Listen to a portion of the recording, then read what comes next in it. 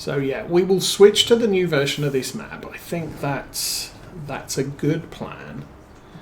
And then on top of that, we will we'll work our way back to wherever we end up in October. Making a bit of a mess of this, and I've reversed the mower into the tree. Okay, turn that on and lower that.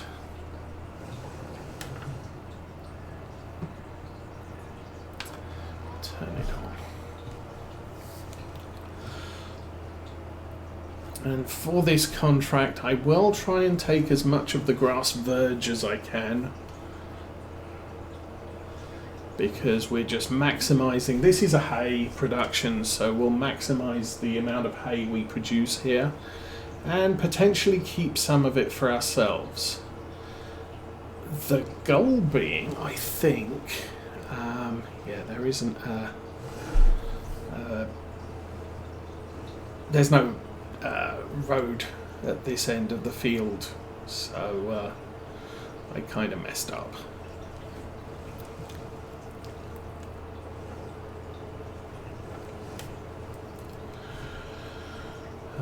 But potentially, if we end up with a bit of hay left, I might keep it. Look for some silage contracts, keep those. Might have to buy some straw, we'll have to buy mineral feed, and then just buy some cows. And if we buy 1-year-old cows, then they will be able to produce milk immediately. And we will have another source of income that's not just potatoes.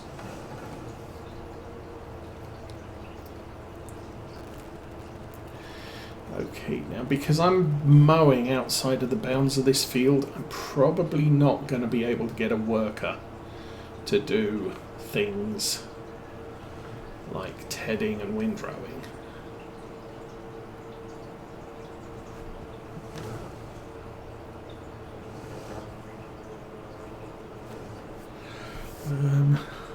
That's the side work lights, that's the rear work lights. That's a little bit better. Now we can see where we're going. And yeah, we'll use the front mower to, we'll use one of the mowers to tidy off the corners of the field as we go round. Probably 3 headlands, and then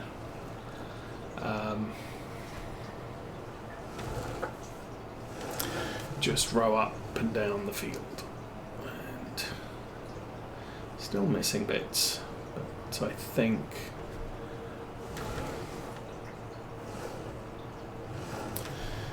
this will get us, what am I saying, about 30,000 income? Well, less than.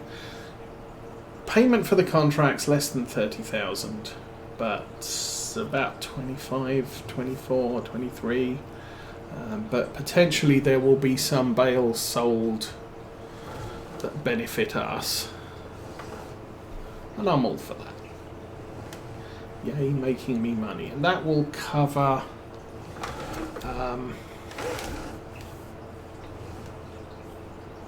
most of our costs today. What did we do? We rented a lime spreader, we bought a lot of lime, and then we bought that bale trailer and the forks and the pallet fork, or the loader arms, the pallet forks, and some other stuff. So we're kind of well down on the day with new equipment.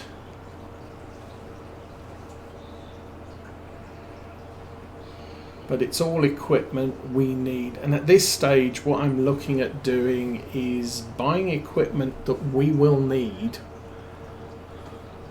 long term. So yes, we will need a harvester, but I'm not looking at buying a harvester possibly for 2-3 years. just because we don't have the arable fields to justify having a harvester. We can lease one, the work's done in 2 hours, so we've got a 2-hour cost on leasing a harvester. That's fine. But mowing equipment, we have our own field that is going to need to be mowed soonish.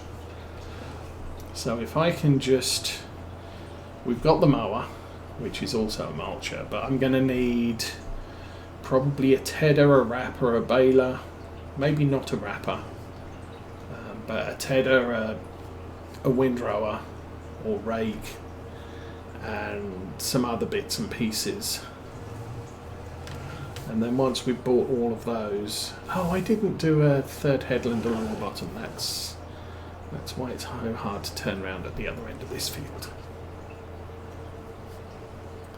But once we got the basics for grass, we can start producing stuff from our grass field, at least until we buy cows. Once we buy cows, we're probably not going to use that field for production.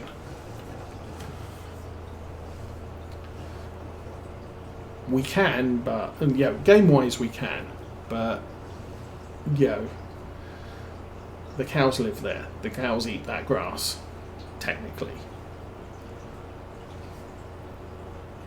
We should have other grass fields that the cows don't live on that we use to for additional hay and silage production. Typically for winter food is what I'm thinking. So the cows live in a field and graze in a field, and then they get their winter food from other fields. We get their winter food from other fields. Okay, I'm gonna do the best I can there and not do the best I can here.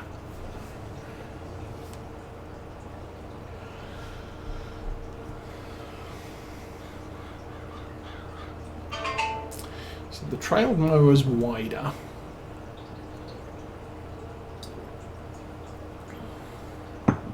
So I might try and rely on that to do these bits.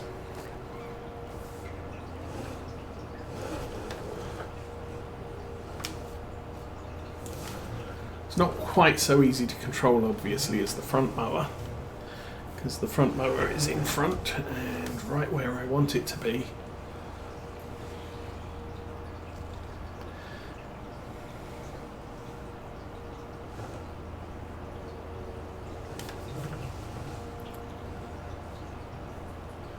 Oops.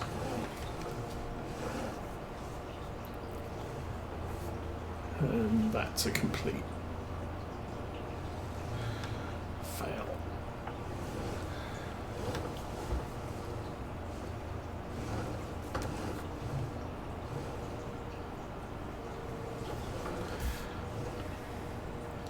And again, we get to drive the Valtra G. Woohoo!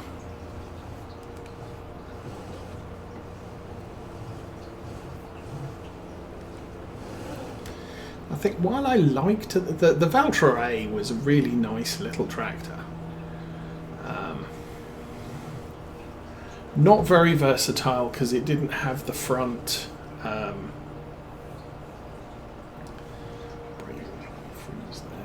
it didn't have the front attacher. However, and the weight on it was like 650, so not an eminently usable weight.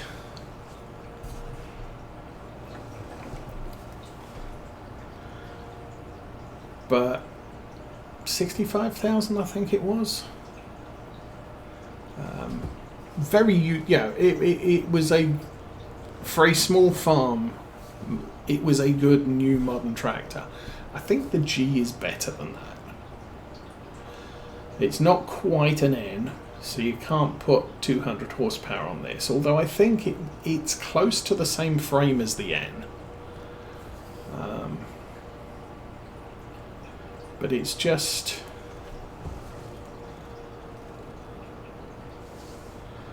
a great tractor to have on the farm.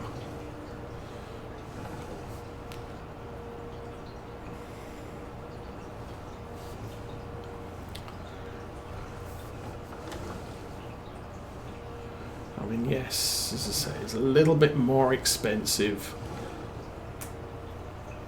than the tiny tractors. Obviously not as pricey as our Massey Ferguson, and also not as good horsepower as the Massey. But I think, you know, if I hadn't used the G on Oakfield, I might have considered it as the starting tractor for our farm. Although, as noted, its horsepower rating is probably its biggest failing when it comes to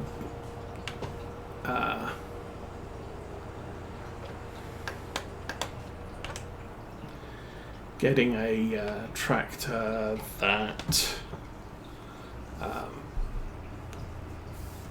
is good for an expanding farm.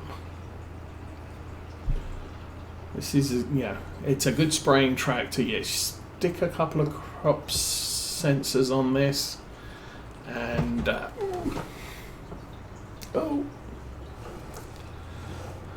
and it will work as a spraying tractor forever. But I got that lifted. No. Well, that makes sense. I did press the button, it just didn't lift. Oh, it's 10 past 11 already.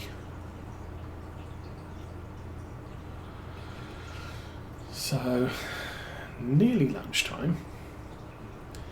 Everybody else is sleeping in this morning. Teenage Osa sleeping in because she was at camp this week. And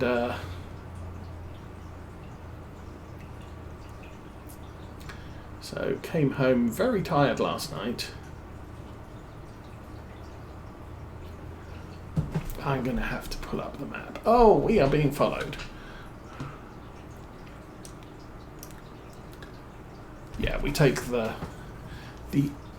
signposted right turn, I believe, to get to our next field.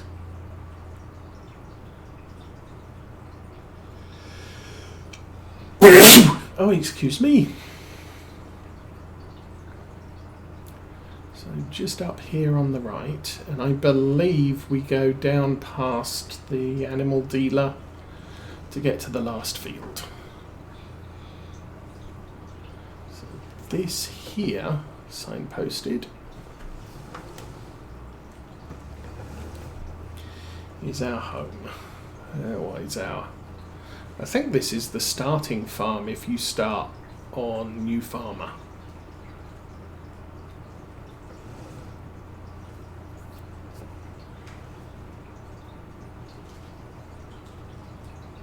Oh, that there was our... pretty sure that there was our... field access.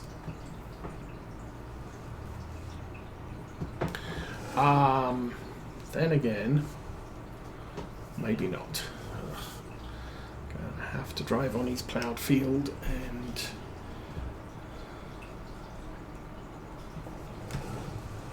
yeah, that was not our access. Let's try that again. I'm guessing we go into the main yard.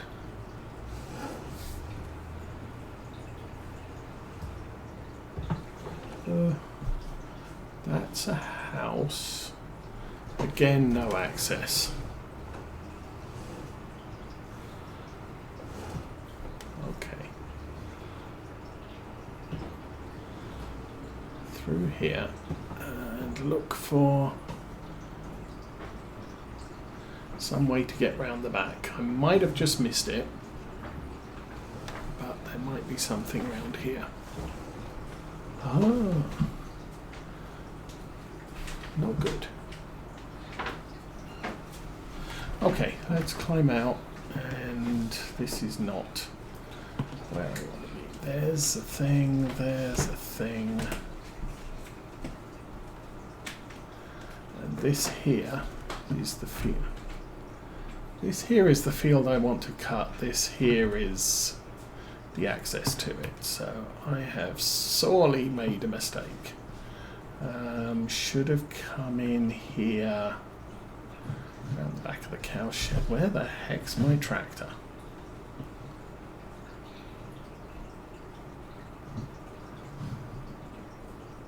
Ah.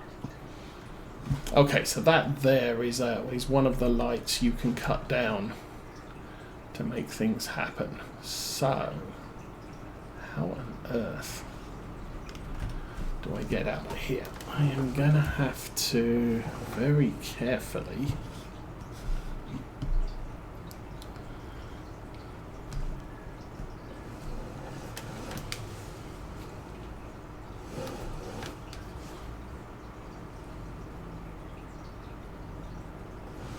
back that up. Please avoid the shed. Yes. Ah.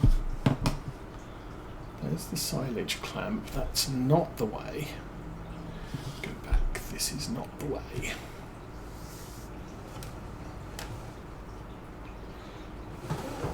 Try not to hit the animal feed thing.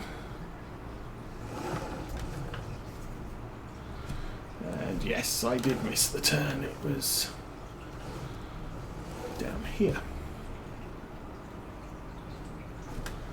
And there's the cow field, which has no cows in.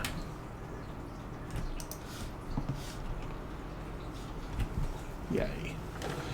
Front mower is attached and ready to go.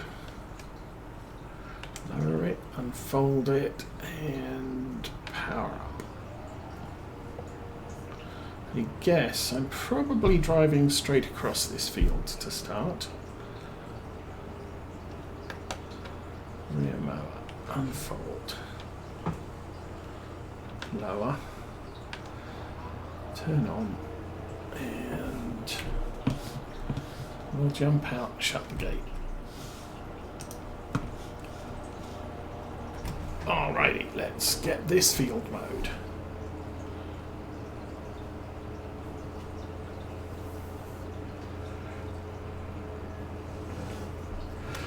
Again, this is quite a big field. Oh, this might actually be our biggest field.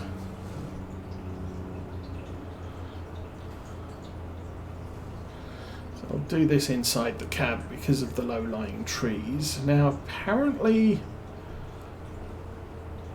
it is possible to eliminate these decorative trees. I don't know that I want to.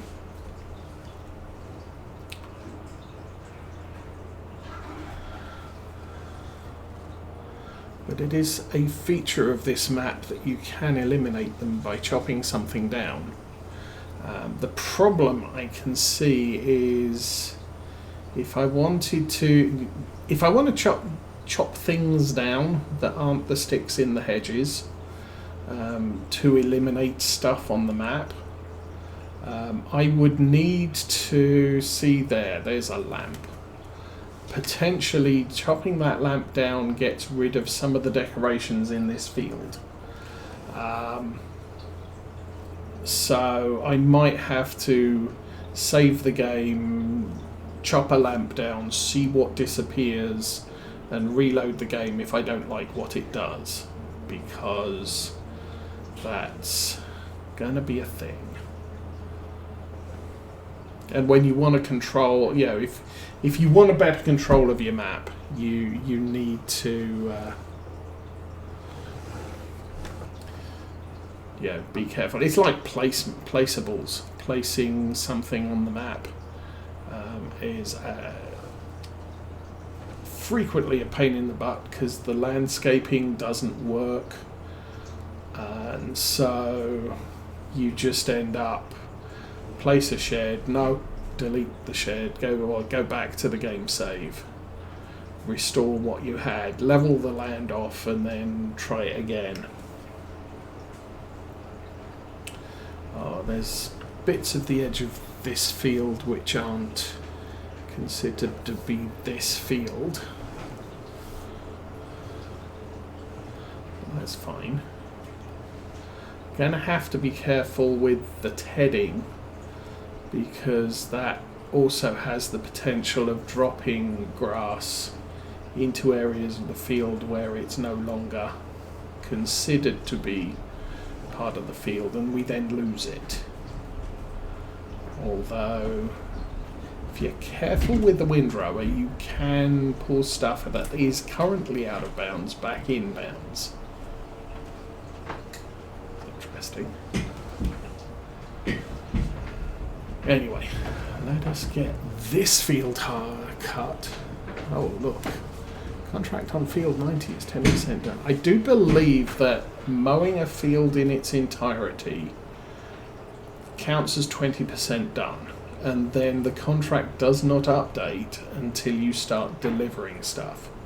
So it's mowing and delivering that gets the contract complete. Everything else, baling, windrowing, tedding or not tedding, wrapping, etc., that's all not counted towards the completion of the contract. So once we've finished mowing, all of the contracts will be 20% done. Just a bit.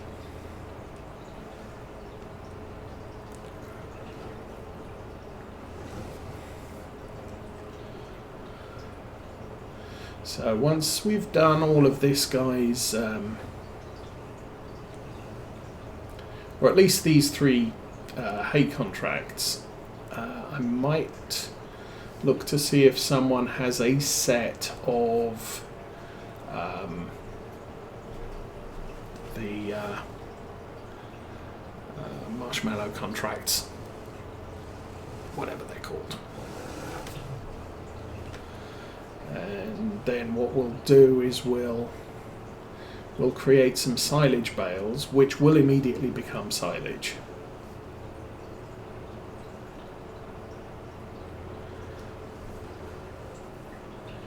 And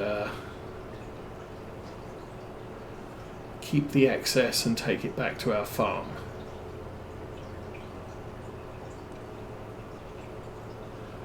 Then buy some cows. Because yay cows. Okay, I think we've pretty much been round 3 times. So I'm going to try and straighten this out.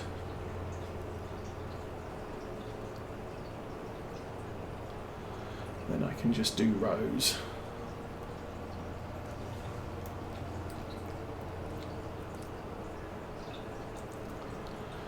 It wasn't quite straight.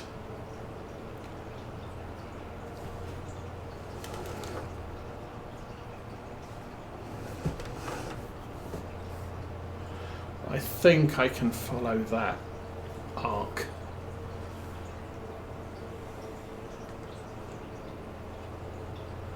And things will even up as we go.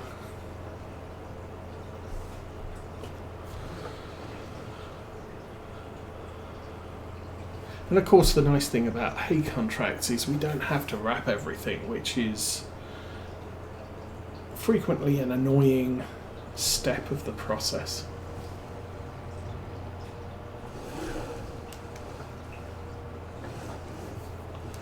Although I think Giants has improved the wrapping rate, so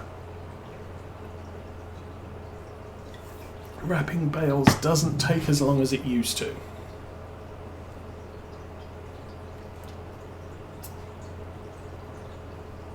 And then if you get yourself a round baler with wrapper, then again, less to worry about. Okay, that's done.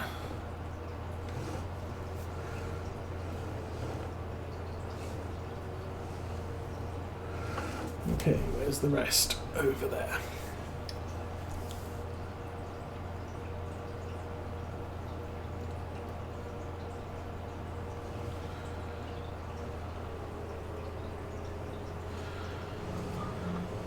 Now, we don't have a sheep shed, so I don't need grass. We really just need hay and silage and straw.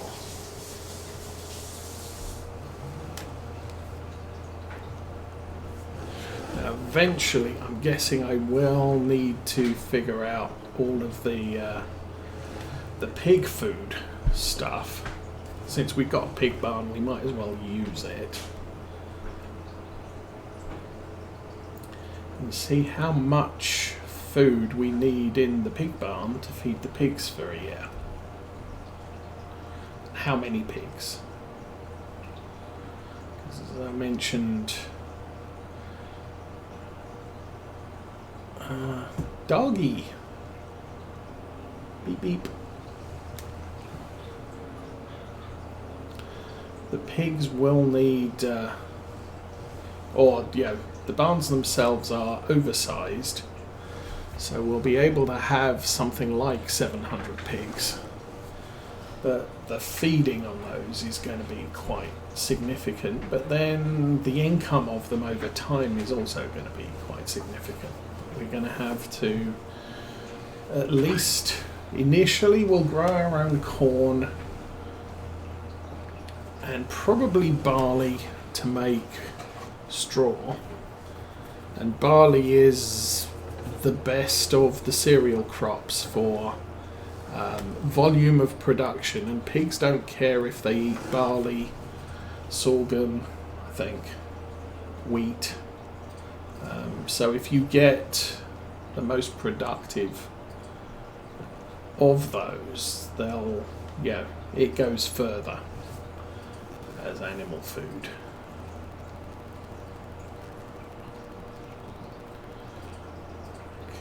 There are some tufts of grass at this end of the field, and I'm really making a mess of this too.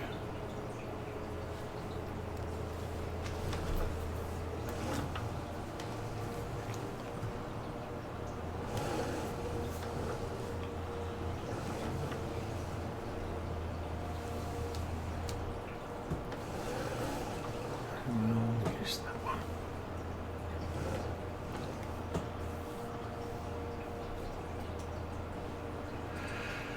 Okay.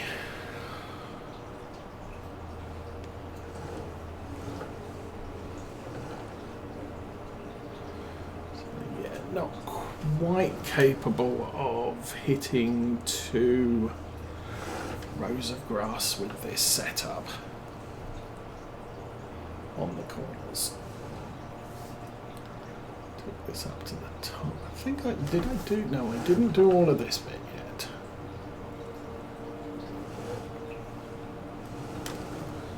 That's the field. Couple of bits there. Oh, there's that bit there.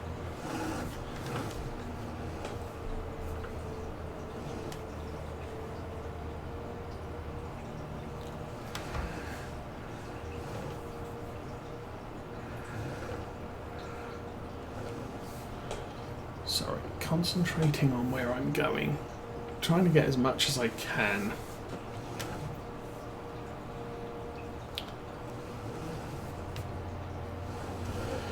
So obviously with contracts, the more thorough you are, the more your money you make out of them. The same is true with all of the harvest type contracts. If you're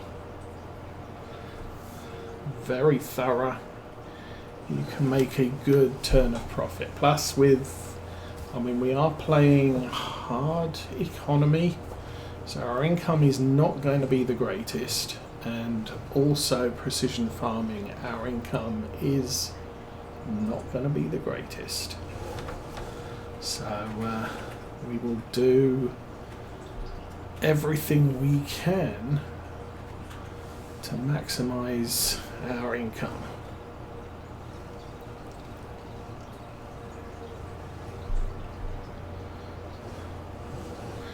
we were talking about the